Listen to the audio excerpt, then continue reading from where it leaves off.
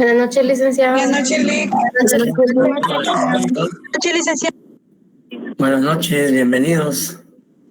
Buenas noches, licenciado. Buenas noches.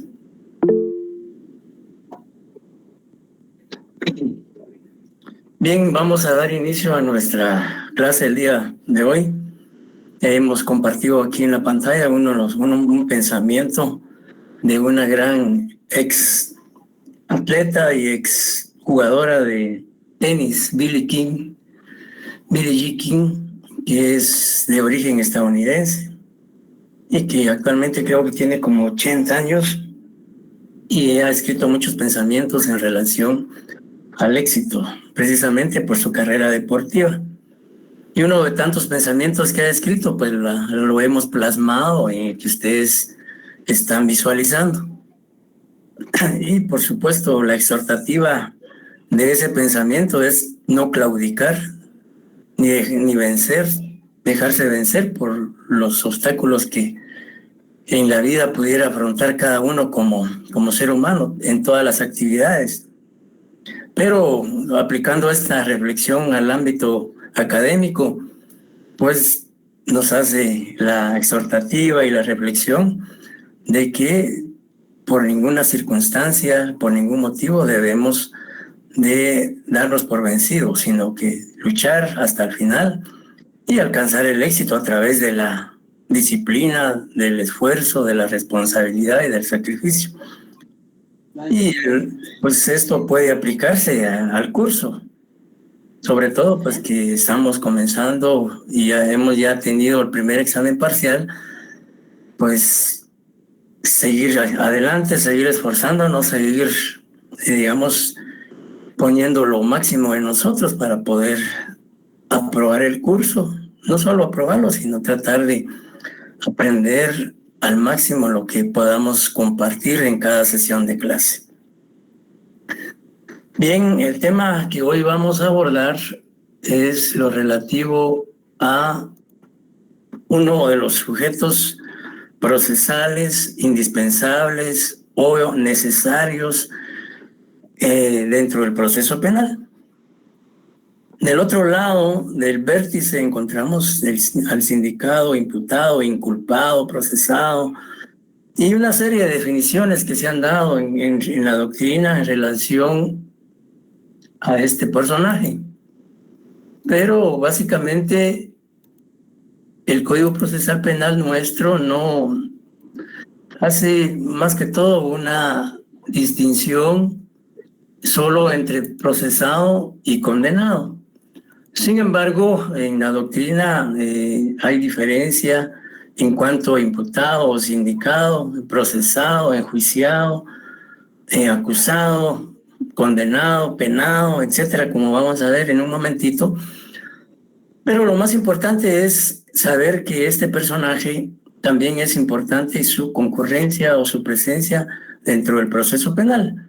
Porque sin la existencia de una persona a quien se le atribuye la comisión de un hecho punible, obviamente el proceso penal no podría materializarse o no podría concretizarse.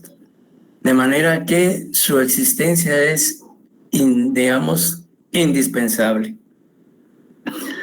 Entonces, de acuerdo a nuestro programa, pues tendría que hablarse de lo que es el juez y el Ministerio Público, antes que el imputado o el sindicado. Sin embargo, ya lo relativo al juez ya lo vimos en una sesión anterior cuando vimos la competencia de los jueces y tribunales penales. Ahora bien, con relación al Ministerio Público, por favor, vamos a leer la ley orgánica del Ministerio Público. La ley es el decreto 4094. Decreto del Congreso 4094 que aprueba la ley orgánica del Ministerio Público. Esta ley orgánica ya ha sufrido modificaciones. Entonces, la recomendación es que compren o adquieran la ley. En el año 2016 sufrió modificaciones esta ley orgánica. Comprar o adquieran la actualizada, porque aún están, creo yo, en venta las primeras leyes orgánicas del Ministerio Público que no contienen las reformas. Entonces, por favor, todo lo relativo al Ministerio Público está en su ley orgánica. Entonces, por favor, adquiramos y compremos la ley orgánica. Decía, es el decreto 4094, no es acuerdo, sino decreto, porque es emitido por el Congreso de la República. Entonces, vamos a hacer posiblemente una comprobación de lectura o algún tipo de trabajo respecto a la ley orgánica del Ministerio Público y a la ley del Instituto de Defensa Público Penal. Todavía vamos a decidir si es una comprobación de lectura o un trabajo en relación a estas dos leyes como parte del segundo parcial. Recordemos que el segundo parcial tiene una ponderación de 40 puntos, entonces vamos a tener la ley, vamos a hacer un trabajo o comprobación de lectura en relación a la ley orgánica del Ministerio Público, decreto 4094, debidamente reformado y actualizado, y la ley de la defensa del Instituto Público Penal, con un valor de 5 puntos cada uno, para hacer un total de 10, y un examen segundo de 30 puntos para completar los 40 puntos que vale el segundo parcial. En las próximas fechas yo les estaré indicando si al final es una comprobación de lectura o es un trabajo. Otra información es lo relacionado a los compañeros que mandaron su nombre y la número de carnet para determinar si su examen había sido admitido por el sistema, y si haciendo la revisión correspondiente todos aparecen, todos los compañeros que proporcionaron nombre y carnet sí están, o sea, no hay ningún problema en ese sentido. Bien, luego de esa información, entonces nos incursionamos en el tema del imputado o del sindicado. Previamente a visualizar las definiciones que dentro de la doctrina se han plasmado en relación al tema, me interesa oír la opinión de algunos de ustedes respecto a qué piensa o cómo cree o cómo define o conceptualiza al sindicado o imputado o inculpado o procesado. Buenas noches, licenciado. Buenas noches, Gloria. Cuénteme, dígame. Es un sujeto procesal sobre el cual una persona o el Estado reclama una pretensión por medio de una denuncia. Puede ser por medio de una querella o por medio de una prevención judicial, y se hace referencia a quien cometió o pudo haber cometido un hecho que puede ser constitutivo de delito, perdón. Muy bien, sí, nos dice usted que es un sujeto procesal y contra quien el Estado puede hacer valer el jus puniendi o el derecho punitivo. Muy bien, ¿alguna otra opinión? Muy buenas noches, licenciado. Buenas noches, David. Buenas noches. Para mí, el imputado sería aquella persona o aquel sujeto procesal al cual se le atribuye la responsabilidad de haber cometido un hecho delictivo, un acto punible. Exacto, sujeto procesal a quien se le atribuye la comisión de un delito. Muy bien. ¿Alguna opinión más? Bien, indudablemente con los comentarios que cada uno de ustedes ha vertido, pues obviamente hay, se tienen los conceptos elementales en relación a este personaje que desempeña un papel dentro del proceso penal. Decía que doctrinariamente se le puede denominar sindicado, imputado, inculpado, incoado, etcétera, etcétera. Y pues todo depende de las legislaciones o depende de las doctrinas que se han expuesto en relación al tema. Sin embargo, nuestro Código Procesal Penal en el artículo 70, que es donde regula todo lo atinente a este personaje, del artículo 70 al 91 se habla de sindicado o imputado, más que todo se habla de sindicado o procesado. Y en algunos artículos también se habla de imputado, de inculpado no, pero dentro de la doctrina pues se conoce también con este nombre. Bueno, ¿y quién es realmente este personaje? De acuerdo a las definiciones que aparecen en la pantalla, se dice que es la persona física contra quien el Estado dirige la pretensión punitiva en virtud de la comisión de un delito o de una falta. Lo que decía la compañera Gloria, que digamos, se dice que jurídica y procesalmente el imputado es el sujeto pasivo, ¿ya? Y que no va a haber confusión, porque desde el punto de vista de derecho penal sustantivo, la persona que comete un hecho delictivo es el sujeto activo en derecho penal sustantivo o en derecho penal. Pero en derecho procesal, el imputado pasa a ser un sujeto pasivo. ¿Por qué? Porque es el sujeto que va a soportar la pretensión punitiva del Estado, o es la persona contra quien el Estado dirige su ius puniendi. Entonces viene a ser prácticamente un sujeto pasivo, haciendo la aclaración que, para que no haya confusión, dijimos que en derecho penal sustantivo, la persona que transgrede la ley penal es prácticamente el sujeto activo. Y ahí es sujeto activo porque es el protagonista de la vulneración del Código Penal o del tipo penal plasmado en ese cuerpo normativo. En tanto que en el proceso penal vas a ser un sujeto pasivo, porque va a ser la persona sometida a una investigación, a un juzgamiento y posiblemente a sentenciado o no. Entonces, por eso se dice que es un sujeto que soporta la pretensión punitiva del Estado. También se dice que es un sujeto procesal a quien se le atribuye la materialidad del hecho delictivo y la responsabilidad en su comisión, cualquiera que fuera el grado de participación en el mismo. Siempre este personaje va a ser el sujeto pasivo, decíamos, porque es prácticamente la persona a quien se les indica, a quien se le atribuye o a quien se le imputa la comisión del delito o de la falta. Y también la última definición dice que es la persona humana a quien se les indica o atribuye la comisión de un hecho delictivo.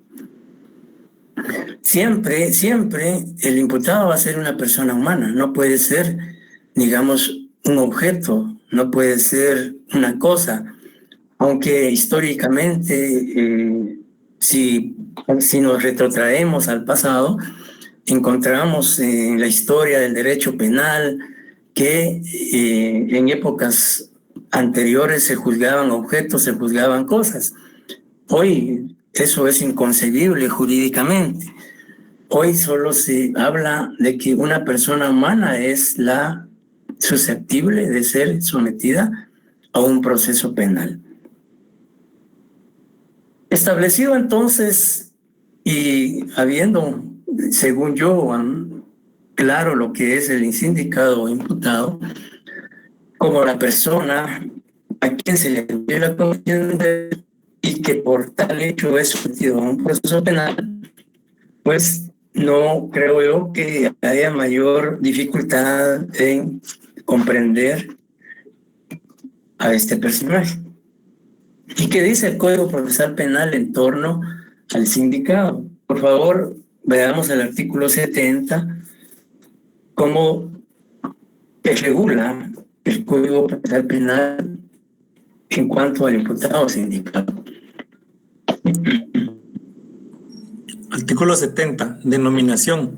Se denominará sindicado, imputado, procesado o acusado a toda persona a quien se le señale de haber cometido un hecho delictuoso y condenado a aquel sobre quien haya recaído una sentencia condenatoria firme. Sí, el Código Procesal Penal prácticamente toma como sinónimos al imputado, procesado o acusado. Solo hace una distinción en relación al condenado. Y el condenado señala claramente el código que es cuando se ha emitido una sentencia y que la misma esté firme para considerar a este personaje como condenado. En tanto no haya sido condenado y que ese fallo judicial no quede firme o no cobre firmeza, pues seguirá siendo procesado, imputado o sindicado. Sin embargo, la doctrina sí hace diferencia entre lo que es imputado y procesado, acusado, condenado, penado, como vamos a ver en un... Y todo va a depender de la fase procesal en donde se encuentre este personaje. Entonces, de acuerdo al Código Procesal Penal, el artículo 70 se denomina sindicado, imputado o procesado o acusado a toda persona a quien se le señale de haber cometido un hecho delictuoso. Luego encontramos las diferentes denominaciones que Código da en el artículo 70, pero como les decía, el Código toma como sinónimos esos conceptos. Sin embargo, y les decía, en la doctrina hay alguna diferencia entre lo que es sindicado, procesado, acusado, condenado y penado, como vamos a ver. Por ejemplo, se dice que sindicado, imputado o inculpado, persona a quien se le atribuye o se indica la comisión de un hecho punible. Es decir, ¿por qué es sindicado? Porque prácticamente es señalado de la comisión de un delito.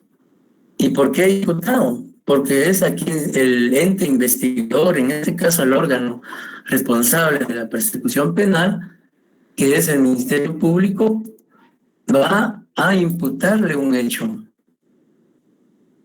Entonces, por eso se dice que es imputado. Aunque algunos autores, especialmente algunos autores colombianos, señalan que no es técnica y jurídicamente aceptable denominar imputado a una persona a quien ha sido aprehendida o detenida por la comisión de un delito, si aún el Ministerio Público no le ha hecho la imputación de los hechos. Ese es un criterio, como les decía, más que todo, algunos autores colombianos sienten de la denominación imputado. Ellos dicen que el más conveniente es sencillamente denominarle sindicado o detenido o aprehendido, porque todavía no es imputado, sobre todo cuando solo es detenido y puesto a disposición del juez y que el Ministerio Público no ha hecho la imputación de los hechos. Sin embargo, nuestro código y la mayoría de legislaciones toma a esta persona como sindicado o imputado o inculpado. Y aquí esta denominación únicamente se le atribuye por la sencilla razón de que está siendo señalado de haber intervenido o participado en la comisión de un hecho delictivo. Lick, buenas noches, perdón, fíjese que se le escucha bastante entrecortado, pero no sé si es su internet. Bueno, yo decir que me voy a poner los audífonos mejor. Porque, sí, digamos aquí por el sector donde yo vivo está mucho fallando el internet y ahorita no me escuchan. Sí, Lick, gracias. ¿Sí me escucha a mí? Sí, gracias. Bueno, sí, licenciado. Gracias por la observación. Pues les decía que ya en el ámbito doctrinario, el término procesado sí tiene una diferencia en relación a sindicado, imputado o inculpado. Procesado se dice que es cuando la persona ya ha sido puesta en posición del juez, es vinculada al proceso penal mediante auto de procesamiento, por existir indicios racionales de su posible participación en el hecho delictivo que se le imputa. En el primer concepto solo es un señalamiento del hecho punible. Pasa o asume la calidad de procesado cuando ya ha prestado su primera declaración y ya es formalmente vinculado al proceso a través de una decisión judicial que nuestro Código Procesal Penal denomina auto de procesamiento. Y el auto de procesamiento, vamos a ver si quieren de una vez el artículo 320 al 322 del Código Procesal Penal, aunque nos vamos a adelantar bastante porque el autoprocesamiento es un tema que vamos a ver cuando abordemos lo relativo a las medidas de coerción. Sin embargo, para dejar de una vez claro, cuando es procesado una persona, es prudente que veamos el artículo 320 y 322. Por favor, alguien que le dé lectura a esta norma. Artículo 320. Auto de procesamiento. Gracias, Glendy. Inmediatamente de dictado el auto de prisión o una medida sustitutiva, el juez que controla la investigación emitirá auto de procesamiento contra la persona a que se refiere. Solo podrá dictarse auto de procesamiento después de que sea indagada la persona contra quien se emita. Podrá ser reformable de oficio o a instancia de parte solamente en la fase preparatoria, antes de la acusación, garantizando el derecho de audiencia. Declarada. Perdón, gracias, muchas gracias. Bien, entonces el autoprocesamiento, de acuerdo a la ley, es una resolución judicial que emite el juez que está conociendo el proceso. Y la finalidad del autoprocesamiento es ligar, vincular o conexar, si ustedes quieren, al procesado, valga la redundancia, al proceso, para garantizar su presencia en el mismo. Entonces, que el juez haya emitido un auto de procesamiento en contra del detenido o aprendido o sindicado, él asume la denominación de procesado. ¿Estamos claros?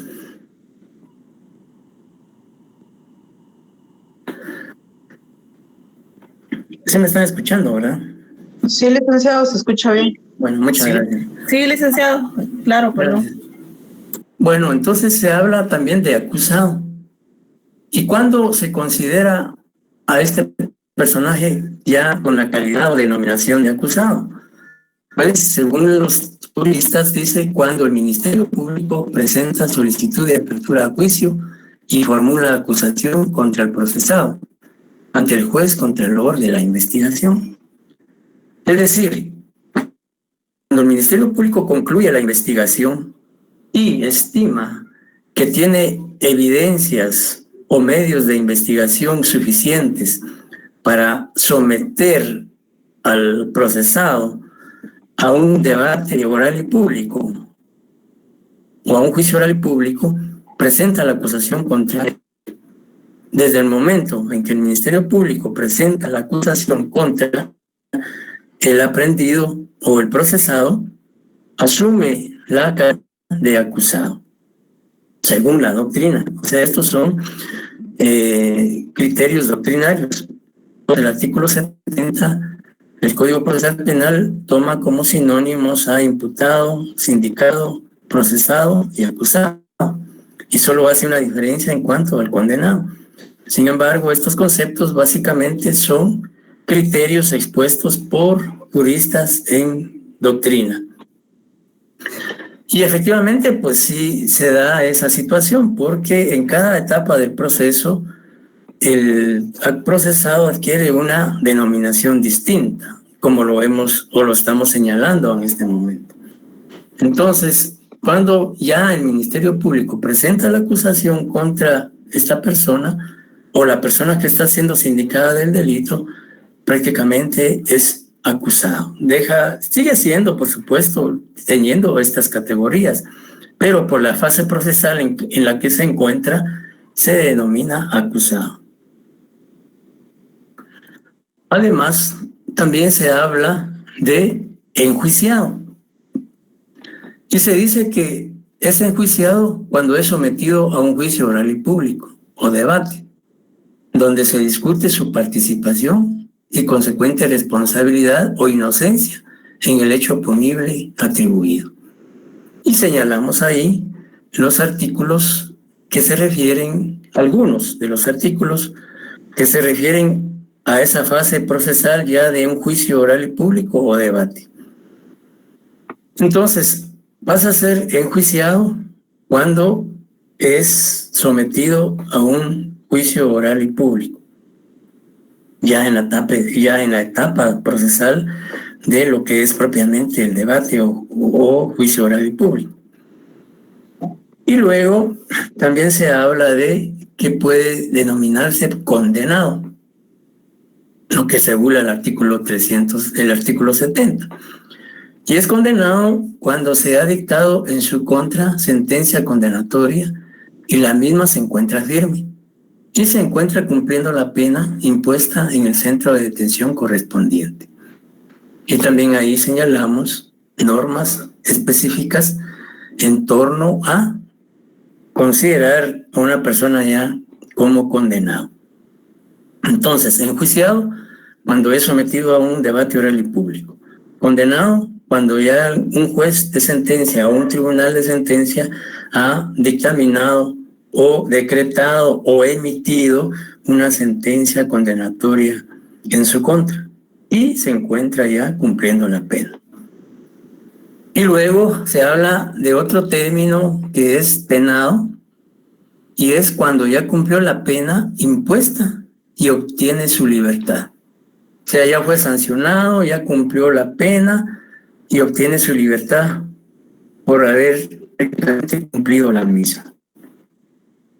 Esas categorías o son, digamos, denominaciones que diferencian, digamos, el estatus de esta persona en cada una de las fases del proceso. No sé si hay una pregunta hasta el momento sobre ello.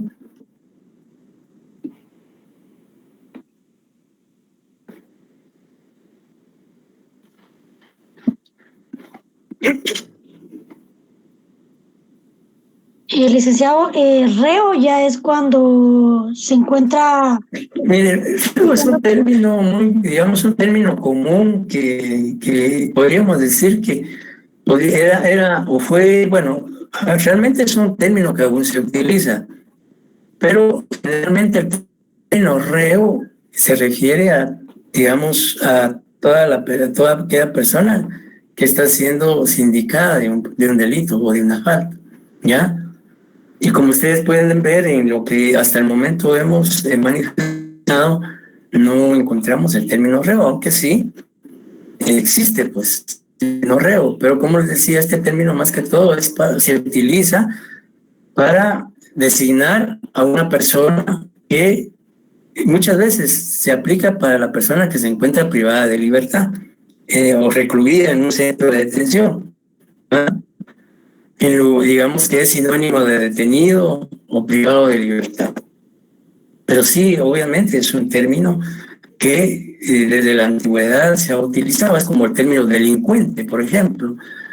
Aunque muchos hoy en día pues cuestionan este término delincuente, que estiman que es muy peyorativo y que es muy estigmatizante para la persona que cometió un hecho delictivo, etcétera, etcétera. Entonces, más que todo, actualmente se utilizan términos mucho menos, si ustedes quieren, peyorativos, tomando en consideración la condición humana de esta persona, es decir, del sujeto pasivo de esta relación jurídico-procesal. Licenciado, buenas noches. Le saluda Ángel Revolorio. Sí, Luis Ángel. Sí, lo que quería preguntarle es que antes del acto de procesamiento que estaba explicando, licenciado, pues surge la declaración del sindicado, que es dentro de las 24 horas, ¿verdad? Así es. Esta declaración puede el juez valorar, dictar prisión, falta de mérito, entre otras medidas. Así es. Lo vamos a explicar ahora en un momentito. Excelente, licenciado, porque esa era mi pregunta para saber cuál era el recurso, cómo se procedía en ese caso. Sí, así es. Digamos, después de que la persona es aprendida y el juez decide su declaración dentro de las 24 horas, el juez tiene varias alternativas. para decidir la situación jurídica del imputado. Como usted decía, falta de mérito, vamos a explicar cuándo hay falta de mérito. Puede ser autoprisión preventiva, dependiendo de la gravedad del delito, puede ser y autoprocesamiento o medidas sustitutivas, ¿verdad? Que son las soluciones jurídicas que tiene el juez posteriormente a recibir la declaración del sindicado. Lick, solo disculpe una pregunta. Entonces, acusado es cuando el Ministerio Público dice, es esta persona y tengo pruebas. No, entonces, ¿cómo así es que no dice? me quedó, es que no me quedó muy claro la denominación de acusado.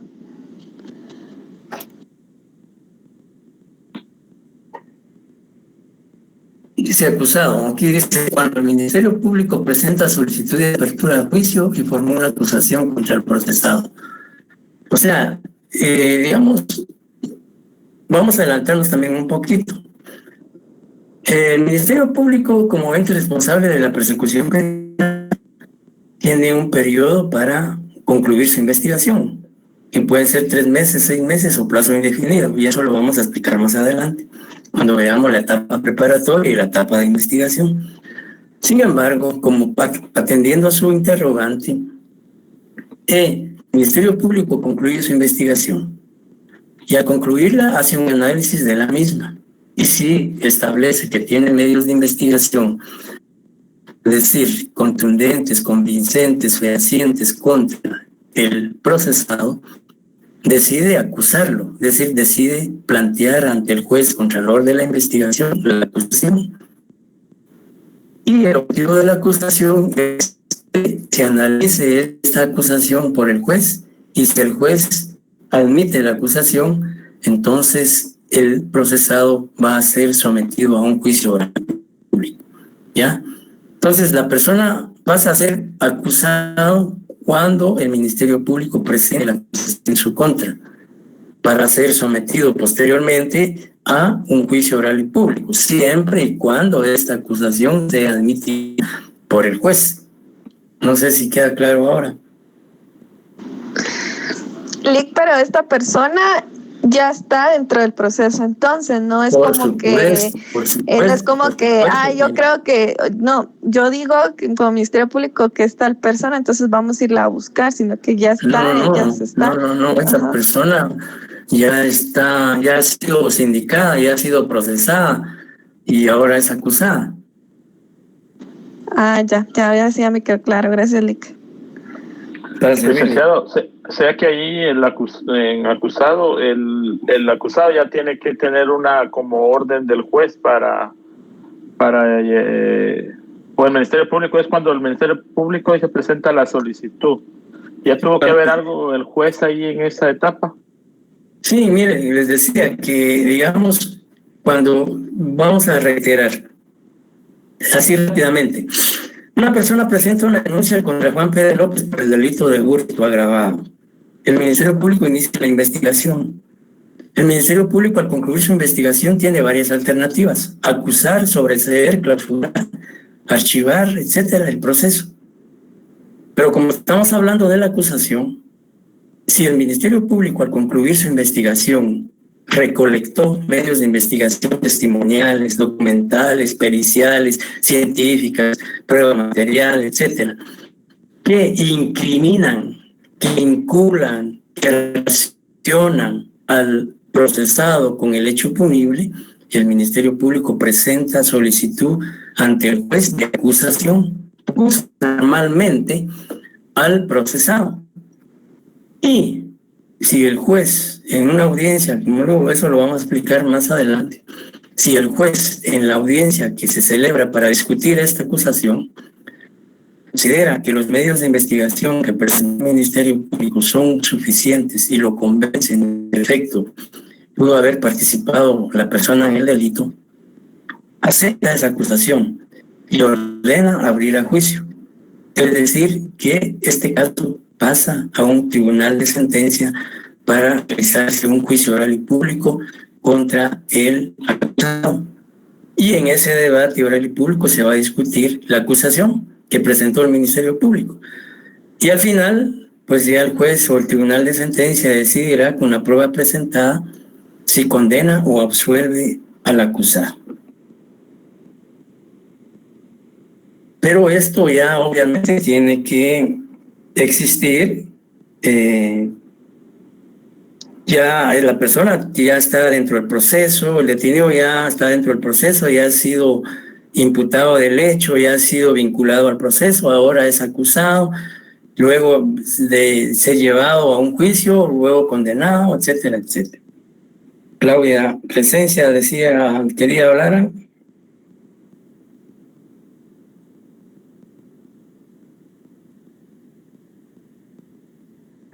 Bien, entonces, habiendo ya expuesto estos conceptos, corresponde ahora ver qué derechos tiene el sindicato. En la presentación aparecen ahí los artículos que establecen derechos del imputado.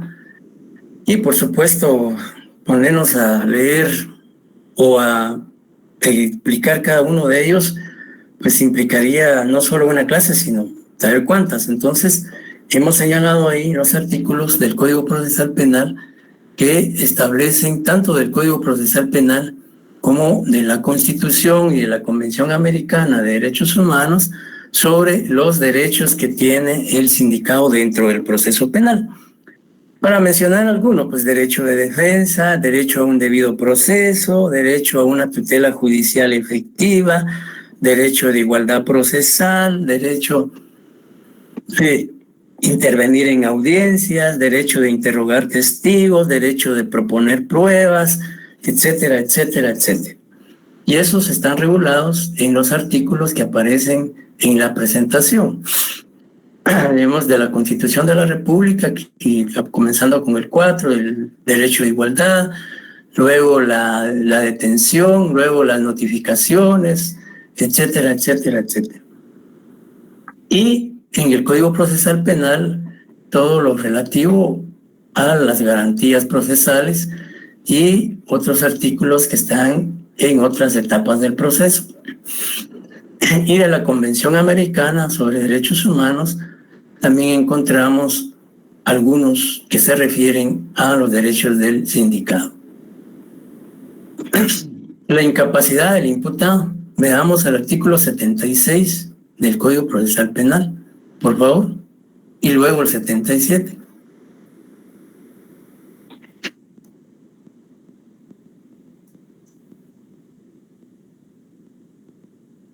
Sí me escucharon, ¿verdad?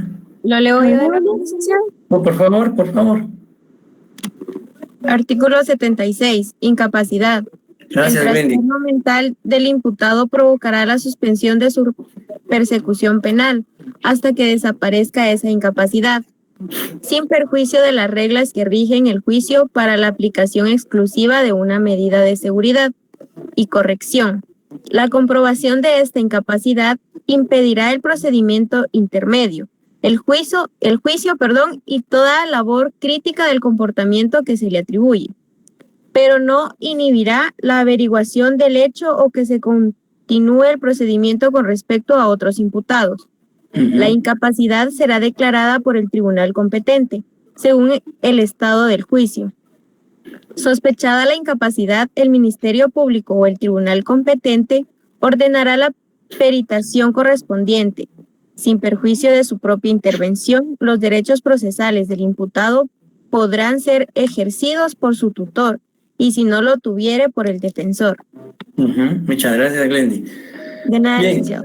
la incapacidad, dice. Se habla entonces de una incapacidad procesal, la incapacidad del imputado.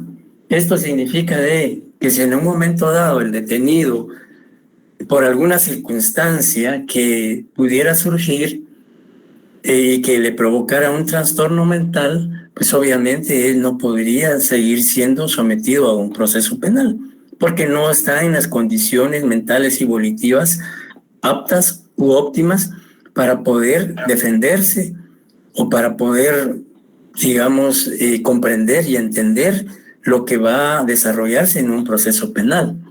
Entonces, si se establece esa incapacidad, pues la ley indica que el proceso no puede continuar contra esa persona. Y si hubieran otros imputados, pues el proceso continúa contra los otros co-imputados. pero contra la persona quien se determine o establezca esa incapacidad mental, definitivamente no puede continuar el proceso penal. Y también se habla en el artículo 77 qué ocurre en este tipo de situaciones. Y el artículo 77 dice, cuando para la preparación del informe sobre el estado psíquico del imputado fuere necesaria su internación en un hospital psiquiátrico, la medida solo podrá ser ordenada por el juez de primera instancia o por el tribunal competente según el caso. La medida se ordenará por resolución fundada, tomándose las disposiciones precautorias que el caso amerite. La internación no podrá sobrepasar en su conjunto 1 mes de duración. Por supuesto que este trastorno mental tiene que constar en un dictamen pericial de un psiquiatra, de un psicólogo, porque, digamos, son los medios científicos específicos o idóneos para poder determinar que en efecto el procesado adolece de un trastorno mental y como consecuencia de ello no puede ser sometido al proceso penal. Es decir, no puede continuar el proceso penal en su contra. Y también el artículo 78 habla del reconocimiento personal. Que alguien, por favor, le dé lectura al artículo 78. Reconocimiento personal. El Ministerio Público o los tribunales podrán ordenar el reconocimiento personal del imputado por médico forense para la constatación de circunstancias de importancia a la investigación. Si por alguna razón no pudiera practicar la diligencia del médico forense o no estuviera disponible el reconocimiento, podrá hacerlo otro médico. En casos de urgencia, podrá realizarse por dichas autoridades sin intervención de perito, con anuencia del sindicado y en presencia de su defensor. Muchas gracias. Bien, también la ley regula este aspecto del reconocimiento personal y, como claramente lo establece la norma, dice el Ministerio Público, los tribunales podrán ordenar el reconocimiento personal del imputado por médico forense. ¿En qué casos puede darse ese tipo de circunstancias? Bueno, podría ser cuando, digamos, el imputado no pueda determinarse su edad, por un lado, y que a través de un examen médico forense se pueda más o menos determinar si es mayor o menor de edad, ¿verdad? O bien pudiera ser que el procesado padeciera de alguna enfermedad o alguna deformidad o incapacidad, pues para ello está el reconocimiento personal, para establecer o determinar esos extremos. Y por supuesto, como dice la ley, esta diligencia solo se puede dar con orden de juez y en casos de urgencia con el consentimiento de la persona. Y que, como les decía, esto pues se da en circunstancias especiales, cuando por alguna razón no pueda determinarse algún aspecto que se estime importante para el proceso y que se considere que puede hacerse a través del reconocimiento personal, pues se solicita esa diligencia. Otro aspecto importante que regula la ley es la rebeldía del sindicado. Y el artículo 79 nos explica las circunstancias por las cuales se considera que se da la rebeldía de una persona. Veamos lo que dice el artículo 79.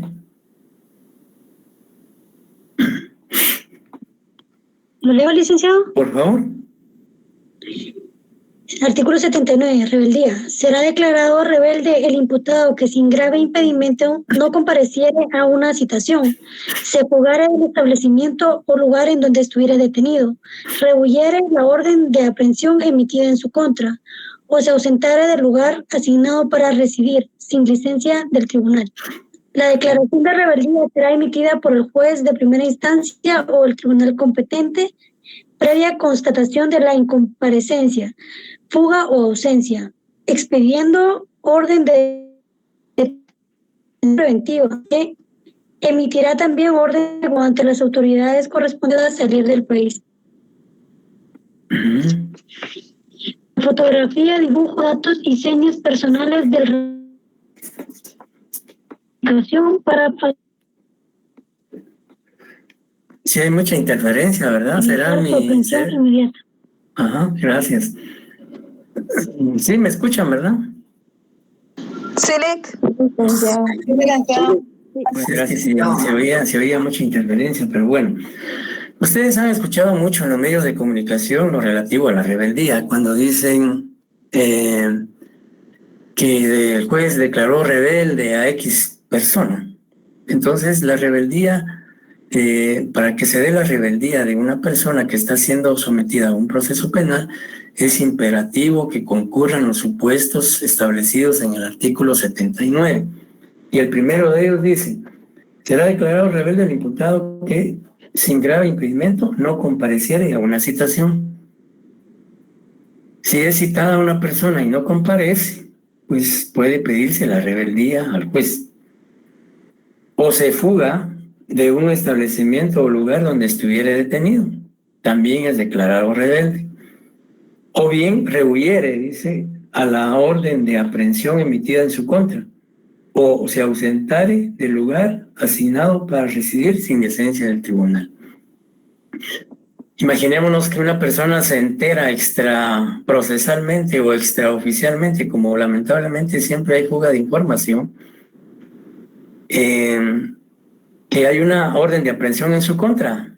Puede evadir su responsabilidad, puede sustraerse de la justicia, ocultándose, yéndose fuera del país, etcétera. Y si esta persona no es localizada, pues entonces se pide su rebeldía. Y también se puede declarar rebelde y solicitar la misma al juez cuando la persona que está siendo procesada y señaló un lugar para recibir notificaciones y citaciones, su residencia o su trabajo, o qué sé yo, y es citado y no se ha encontrado en esa dirección y se informa que ya no vive ahí, pues, y prácticamente se fue del lugar de su residencia sin autorización judicial, pues también se le puede pedir la rebeldía y el juez lo declara rebelde. Algo importante que ustedes han visto también en los medios de comunicación es cuando se publican fotografías y aquellas famosas recompensas que se dice, se busca 50,000 quetzales a quien informe sobre el paradero de esta persona y aparece la fotografía en diferentes lugares.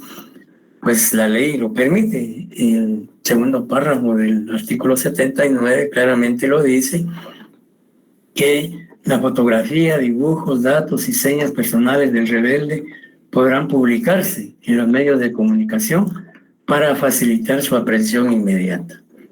Ahí está la justificación de por qué es que en algunos casos, en algunos procesos penales, el Ministerio de Gobernación, pues en diferentes medios de comunicación, hasta estas divulga, podríamos decir, las fotografías de la persona a quien se declaró rebelde, para que la población o la ciudadanía coopere en denunciar si es vista la persona o sabe dónde está oculto, etcétera, etcétera. ¿Y qué efectos tiene el declarar rebelde a una persona? Veamos el artículo 80.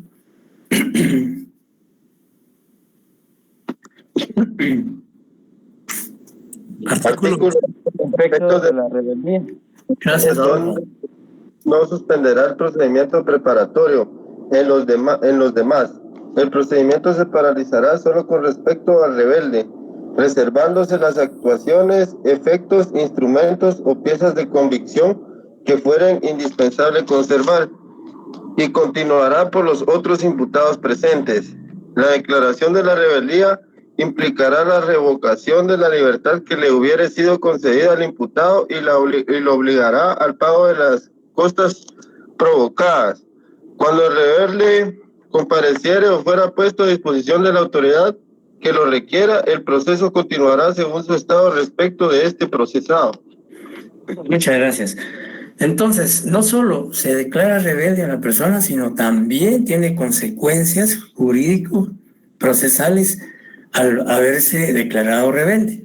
Y lo dice el tercer párrafo del artículo 80. Dice, la declaración de rebeldía implicará, 1, revocación de la libertad si que le hubiera sido concedida al imputado. Imaginémonos que el procesado está siendo sindicado de un delito de lesiones leves, por ejemplo, y le otorgaron medida sustitutiva, está en libertad. Pero si por alguno de los supuestos que señala el artículo 79 es declarado rebelde, se le revoca esa libertad que venía gozando y ya no va a poder gozar de esa libertad. Luego dice también que debe pagar las costas procesales que provoque su declaración de rebeldía. Y entonces sí hay, pues definitivamente, ese tipo de situaciones o de consecuencias para el imputado. Entonces la rebeldía no es realmente algo tan simple o tan sencillo. Luego de todo esto, pues ya viene lo que decía el compañero hace un momento.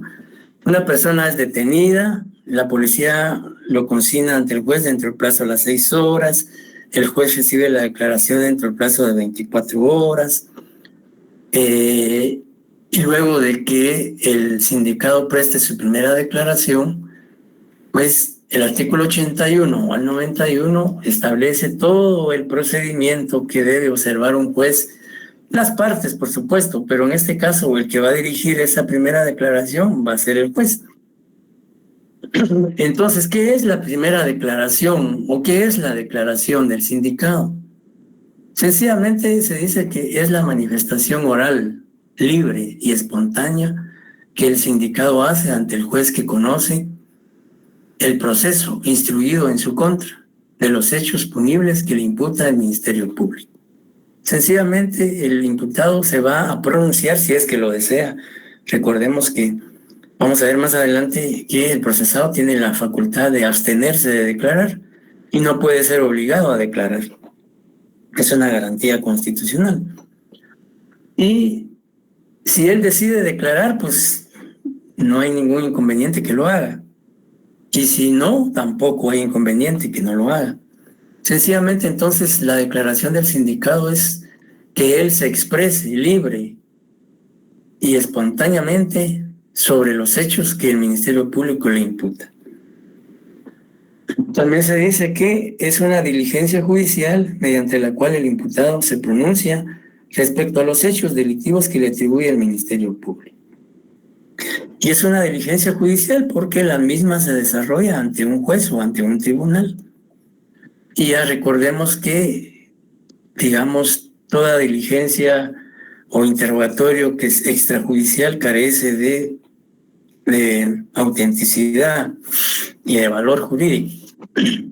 Entonces, esta primera declaración necesaria y obligadamente tiene que ser ante un juez y sobre todo el juez que controla la investigación o el juez que está diligenciando el proceso.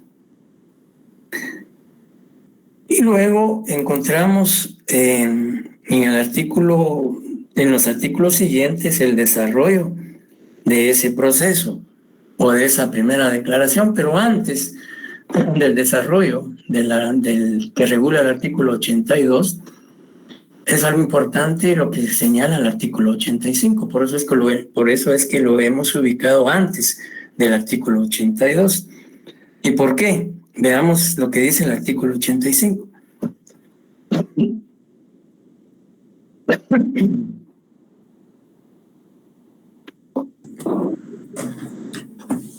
Métodos prohibidos para la declaración. El sindicado no será protestado, sino simplemente amonestado para decir la verdad. No será sometido a ninguna clase de coacción, amenaza o promesa, salvo en las prevenciones expresamente autorizadas por la ley penal o procesal.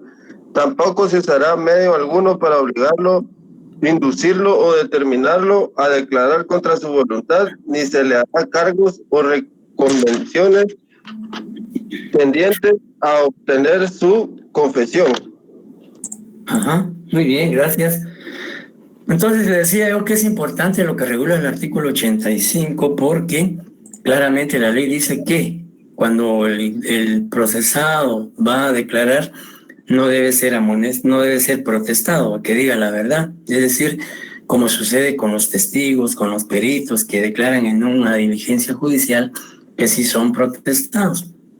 Es más, hasta se les señala de que si faltan a la verdad pueden ser procesados por delito de falso testimonio o perjurio, dependiendo. En cambio, la ley exonera al imputado o procesado la protesta y solo dice que solo debe ser amonestado, y la amonestación básicamente consiste en que el juez le indica que si va a declarar, que se conduzca con la verdad en esa diligencia. Esa es la amonestación. Y luego en el artículo 81 ya encontramos el desarrollo, inicia el desarrollo de la primera declaración del imputado. Y el artículo 81, así rápidamente vamos a verlo, qué es lo que regula el artículo 81.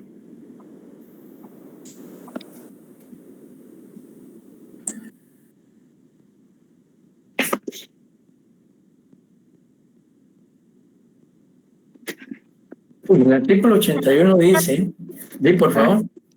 Advertencias preliminares.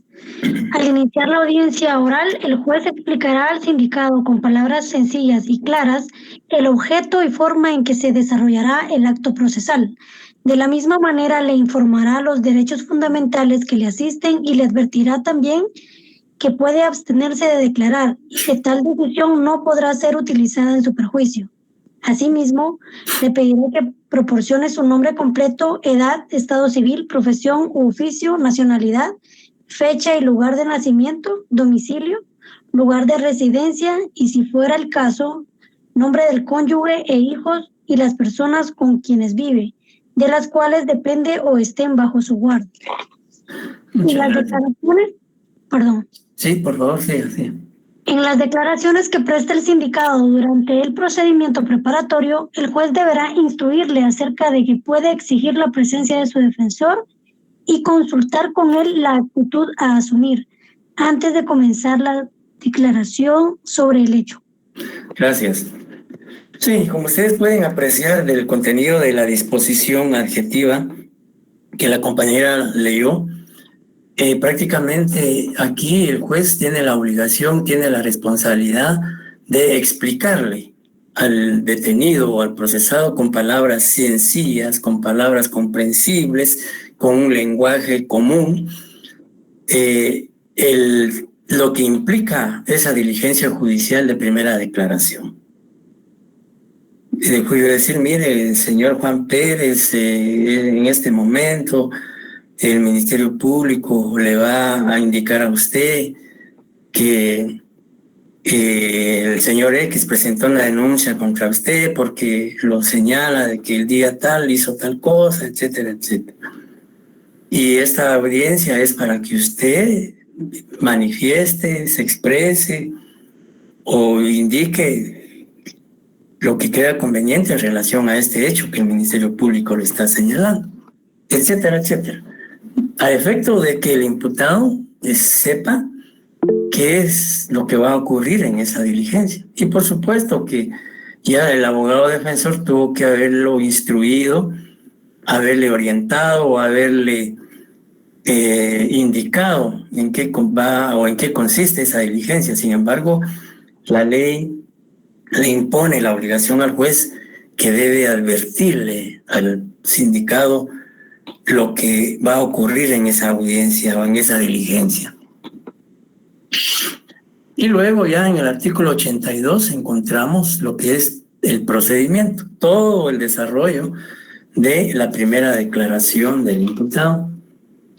Y quizá más adelante vamos a explicar esto o de nuevo, pero sin embargo, como estamos hablando todo lo relativo al imputado, pues de una vez vamos a determinar lo que dice el artículo 82. ¿Y cómo se desarrolla esta audiencia? Bueno, de acuerdo al artículo 82, la audiencia se desarrollará de conformidad con lo siguiente. El juez concede la palabra al fiscal para que intime los hechos, al sindicado, con todas las circunstancias de tiempo, modo y lugar, su calificación jurídica provisional, disposiciones legales aplicables y descripción de los elementos de convicción existentes. Esto significa que cuando ya veamos la gráfica, imaginémonos que estamos presenciando esa audiencia de primera declaración. Está el juez, el fiscal, el imputado, el defensor, etc. Imaginémonos que estamos en esta audiencia. Y lo primero que tiene que hacer el juez, aparte de ya luego de las advertencias hechas al imputado, ya entonces le concede la palabra al fiscal para que el fiscal haga la intimación o la imputación del hecho. ¿Y qué es la intimación o imputación del hecho?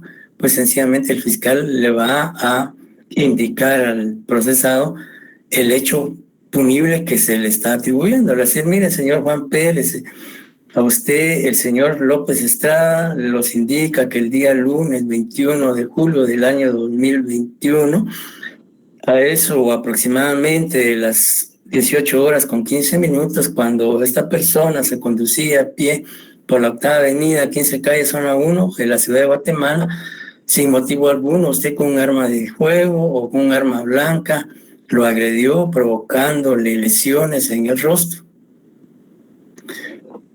Como consecuencia de estas lesiones, la persona fue trasladada por bomberos voluntarios al Hospital San Juan de Dios para su curación, siendo este hecho, de acuerdo al Código Penal, de lesiones leves o graves o específicas, etc., regulada en el artículo 200 o algo, el artículo que regula las lesiones leves, y luego usted se dio a la fuga. Posteriormente fue detenido. Y luego le señala, como dice la ley, teniendo el Ministerio Público en su poder la declaración de la víctima, la declaración de testigos que presenciaron, el informe médico forense, facturas de los gastos de curación de la víctima, etcétera, etcétera, etcétera. Esa es la intimación o la imputación del hecho. Y la imputación concretamente es el señalamiento del hecho que el Ministerio Público le atribuye al sindicado. De decir el día, hora, lugar, forma, como dice la ley, tiempo, modo y lugar, la calificación jurídica profesional, se habla de unas lesiones leves y las disposiciones legales aplicables, el artículo que regula las lesiones leves, los artículos del Código Procesal Penal que regulan el procedimiento de primera declaración, de la detención, etcétera, etcétera. Artículos de la Constitución, Convención Americana y otras leyes que ustedes estimen pertinentes. Luego dice el sindicado, si el sindicado acepta declarar, el juez le dará el tiempo para que lo haga libremente. Si el imputado desea declarar, pues se le concede la palabra para que exprese voluntaria, espontánea y libremente su declaración. El artículo 15 del Código Procesal Penal y el artículo 16 de la Constitución garantizan esa libertad para expresarse en relación al hecho. Pero también si el imputado no quiere declarar, pues no puede hacerlo, no declarar, y eso no afecta su situación jurídica, sino que es un derecho que él tiene de abstenerse de declarar. En la práctica y en la realidad, en la mayoría de casos, el procesado se abstiene de declarar por varias razones. Una, por estrategia del abogado defensor, que lo orienta, lo asesora, le dice que no declare. Y otra puede ser también porque si declara es sometido a un interrogatorio por parte del fiscal, por parte del defensor y por parte del abogado del creyente adhesivo, si es que existiere creyente adhesivo. Y así sucesivamente. Entonces, por regla, en la mayoría de casos, me atrevo a decir que un 90 o 98% de casos, por no decir el 100%, La mayoría no declara, se abstiene de declarar haciendo uso de esa garantía constitucional. Y por supuesto, el hecho de que el imputado no declare no afecta de ninguna manera su situación jurídica. Lo que ocurría antes en el proceso inquisitivo, en donde si no declaraba, pues eso podría decir que se decía que era una prueba en su contra, porque estaba ocultando la verdad, etcétera, etcétera. Hoy no, hoy el no declarar es un medio de defensa. Luego dice el tercer numeral, después de declarar el sindicado, puede ser sometido al interrogatorio legal del fiscal y del defensor.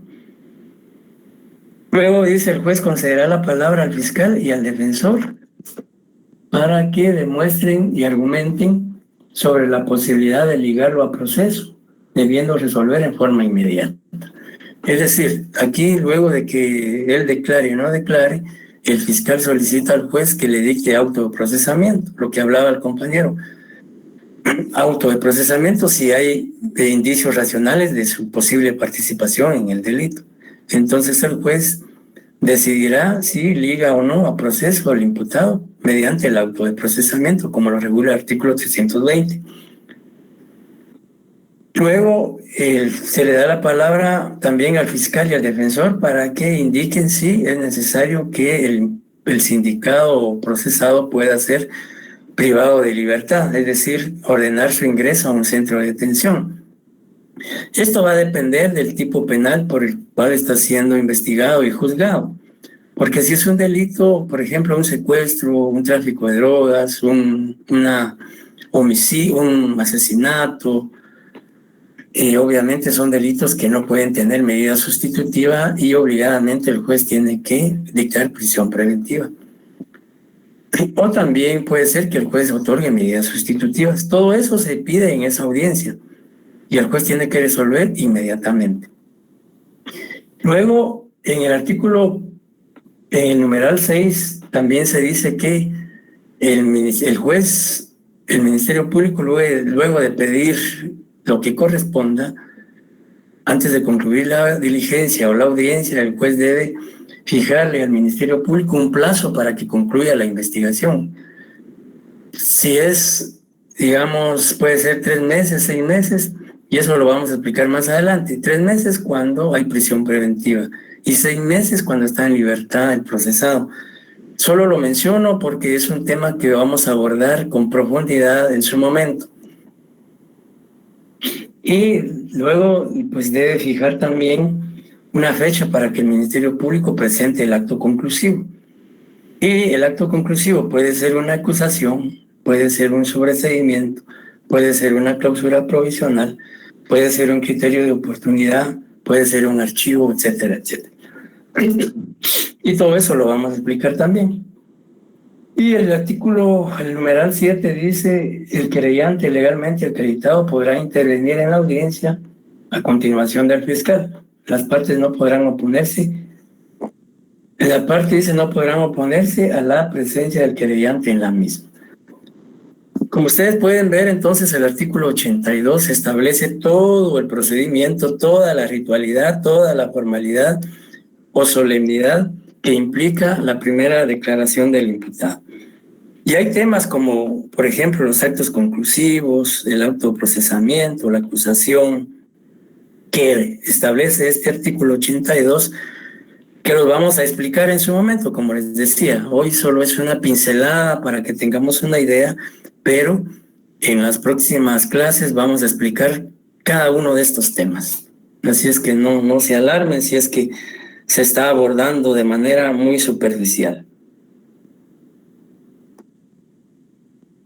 Luego, lo que el compañero decía, que después de que se concluya la audiencia de primera declaración, el juez escuche los argumentos del defensor, del fiscal y del querellante, si es que existe en el proceso, y haber recibido los medios de investigación que le presentó el Ministerio Público en esa audiencia, el juez tiene que decidir o resolver la situación jurídica del imputado.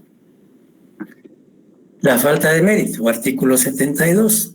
Como les digo, todo todo esto, la falta de mérito, el autoprocesamiento, la prisión preventiva, las medidas sustitutivas, las vamos a analizar posteriormente.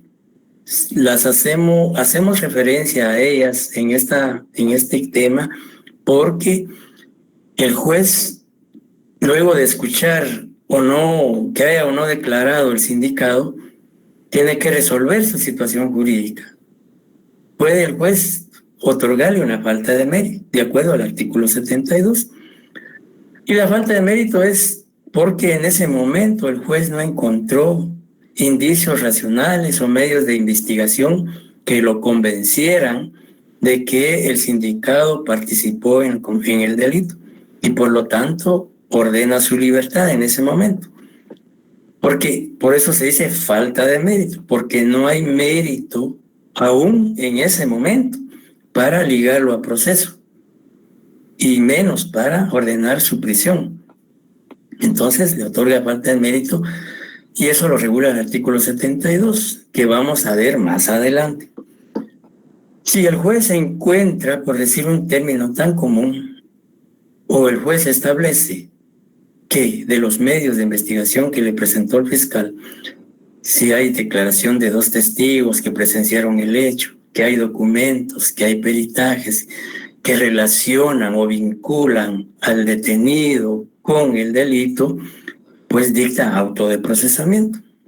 Es decir, lo liga al proceso mediante esta decisión judicial al proceso para garantizar la presencia del imputado en el proceso. Insisto, son temas que vamos a explicar más adelante. Luego la prisión. ¿Sí? Diga. Perdón, licenciado. Licenciado. Sí, licenciado, solo con una duda, con todo lo que está dando ahorita en la clase. Las personas que tienen orden de alejamiento y ahorita van a presentar un proceso, ellos tienen cárcel. ¿O las personas que qué dice? Tienen una orden de alejamiento, pero... ¿Cómo así orden de alejamiento? Sí, hay mire, yo conozco a una persona que a esa persona le dieron una orden de alejamiento. Es una medida de seguridad por violencia. Sí, por violencia. Ajá. Pero ahorita le van a hacer una audiencia, o sea, esa persona tiene una audiencia. Ajá. Mire, sí, dígame. Y pues como llevan testigos, está el Ministerio Público, van a llevar testigos y del hecho que sucedió, ¿verdad? Ajá. Esa persona puede llegar a quedar presa. Por supuesto. Mire, en este tipo de hechos con violencia, de acuerdo a la ley de violencia contra la mujer y otras formas de violencia, digamos, ¿sí me escuchan o no? Licenciado, perdón, buenas noches. Hay una interferencia ahí. Perdón, Lic. ¿Y alguien tiene el micrófono o algo? Por favor, que lo traiga para poder explicarle a la compañera la pregunta. Licenciado, nada más solo para una observación. Sí. En la falta de mérito, el artículo es el 272, no el 72 del Código Procesal. Sí.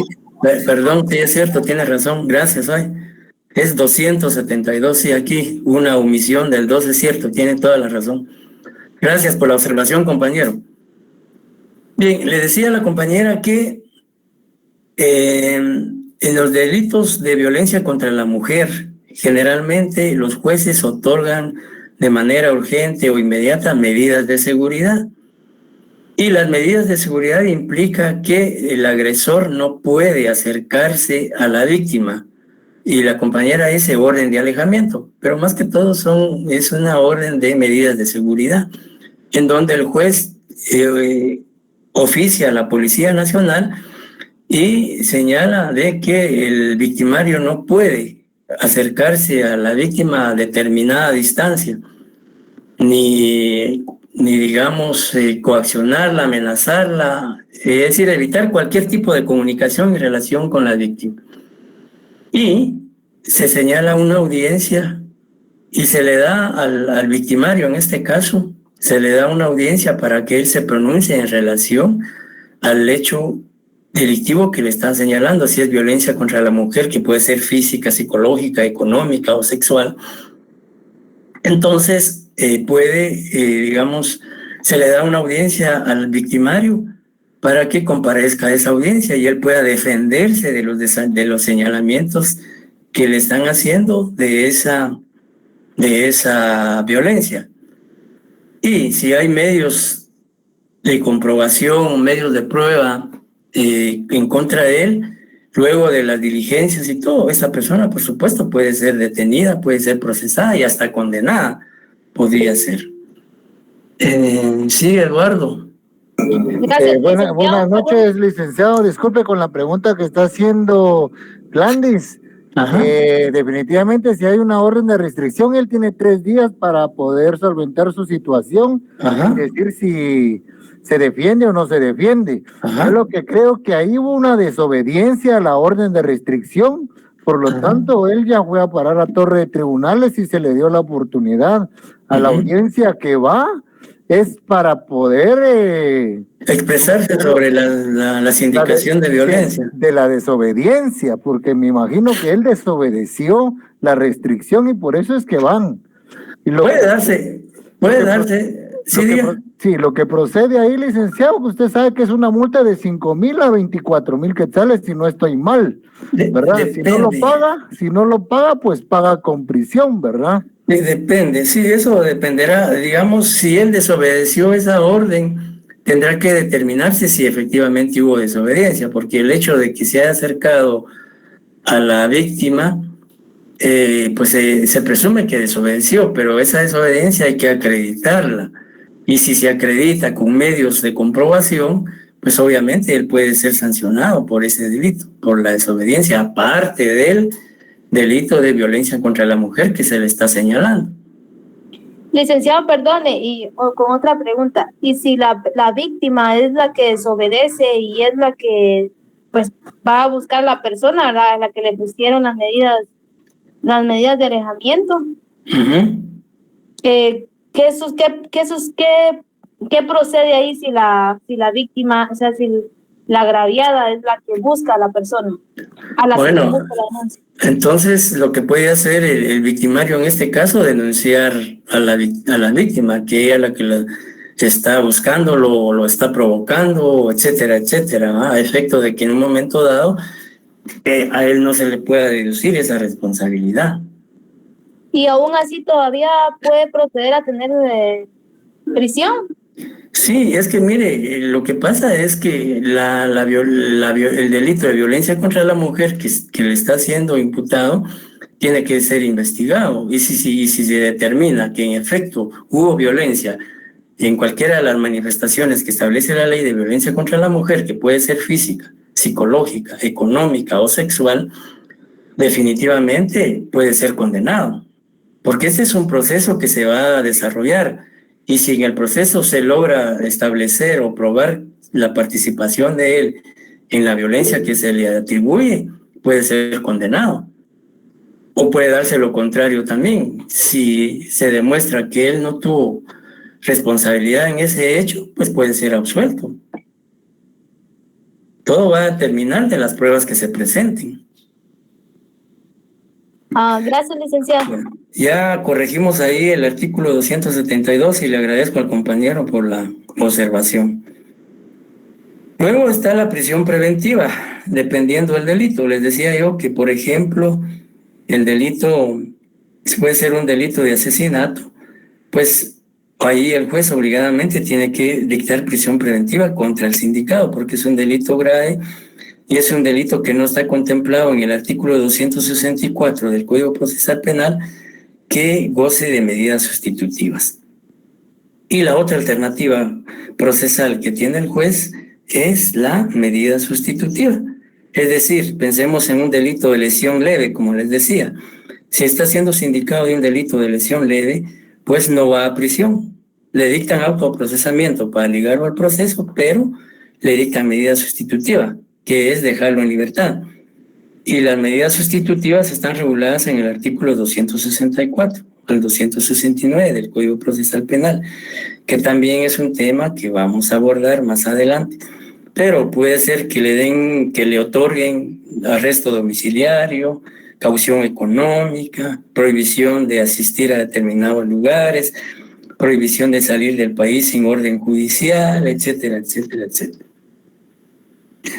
Y luego, pues, en cuanto a eso, esas son, podríamos decir, las soluciones que el juez tiene para decidir la situación jurídica del imputado al concluir su primera declaración. Así quizá un poco acelerado lo vimos, pero como les decía, estos temas los vamos a ver más adelante. Todo esto, por ejemplo, la falta de mérito, autoapresamiento, prisión preventiva, cuando veamos las medidas de coerción, y lo vamos a explicar. No sé si hay dudas o preguntas.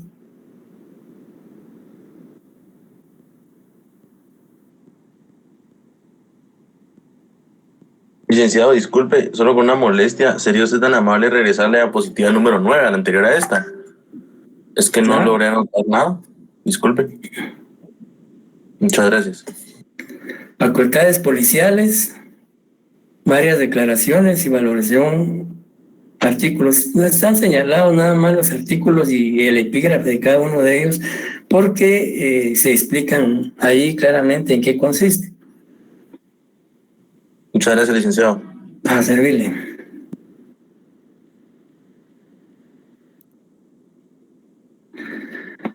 Bien, ¿alguna duda, compañeros, además de las que plantearon? Sí, Eduardo, Esteban. Buenas noches, licenciado. Buenas noches. Pregunta. Diga. La prevención policial, ¿en esa se basa el Ministerio Público para poder tipificar el delito? Es pregunta. Mire, en primer lugar, el Ministerio Público al final no es el que tipifica, sino es el juez el que tipifica el delito. La prevención policial es básicamente es una actuación de la Policía Nacional que explica el artículo 304. Si quiere, veamos, para contestarle su pregunta, veamos el artículo 304 del Código Procesal Penal. Más que todo, la prevención policial es la investigación preliminar que hace la policía de la comisión de un hecho delictivo por iniciativa propia o por denuncia. Pero veamos el artículo 304.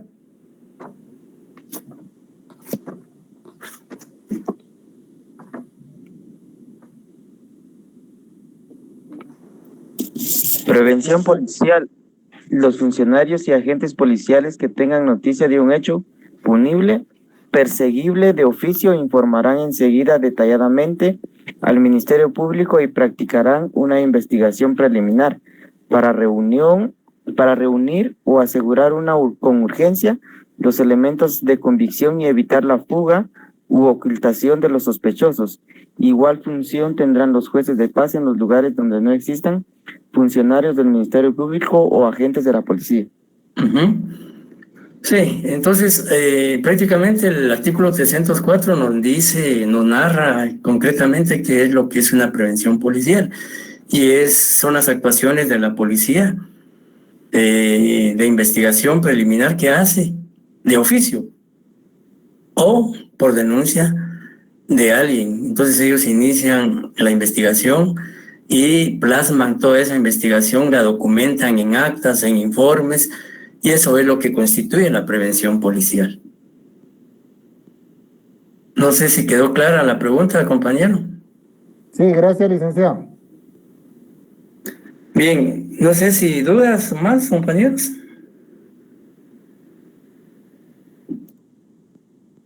Si no, pues entonces nos vemos el próximo martes. Solo informarles a los compañeros que los que no pudieron examinarse el día lunes y desean extemporáneo, tienen que presentar la solicitud a la coordinación y justificar los motivos o las causas que tuvieron y que impidió que se examinaran. El examen lo vamos a hacer el lunes a partir de las 5 de la tarde.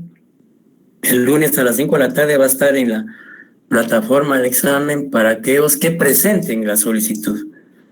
Que así el reglamento así lo dice, que hay que presentar solicitud y justificar con medios probatorios por qué no se pudieron examinar. Certificado médico si es que estaban enfermos, cuestiones, una constancia laboral si fue por trabajo, la causa que sea, siempre y cuando la tienen que probar. Lunes a las 5 de la tarde. Lunes a las 5 de la tarde.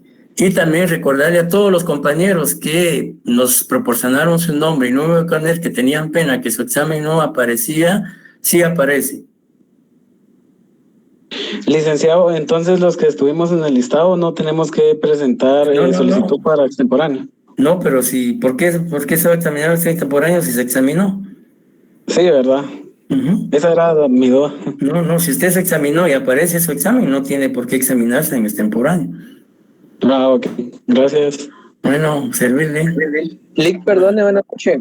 Sí. Yo también tengo ese problema, el que estaba comentando hace un momento, no sé si lo puedo compartir por este medio mi número de carnet. Pero si usted no lo dio su número de carnet y nombre la vez pasada. La verdad, sinceramente, licenciado, para esa fecha me quedé sin internet y no me pude conectar a su clase. ¿Pero se examinó? Sí, licenciado, pero me aparecía en Classroom el tema de que lo entregué fuera de tiempo. Bueno, pero... Bueno, y la mayoría que nosotros anotamos sí están todos. ¿Cuál es su número, su nombre? Luis Ángel. Ajá. Shikai. Revolorio. Carnet. 2018. Ajá. 01823. Bueno, vamos a revisar y le comentamos la próxima clase. Gracias, licenciado.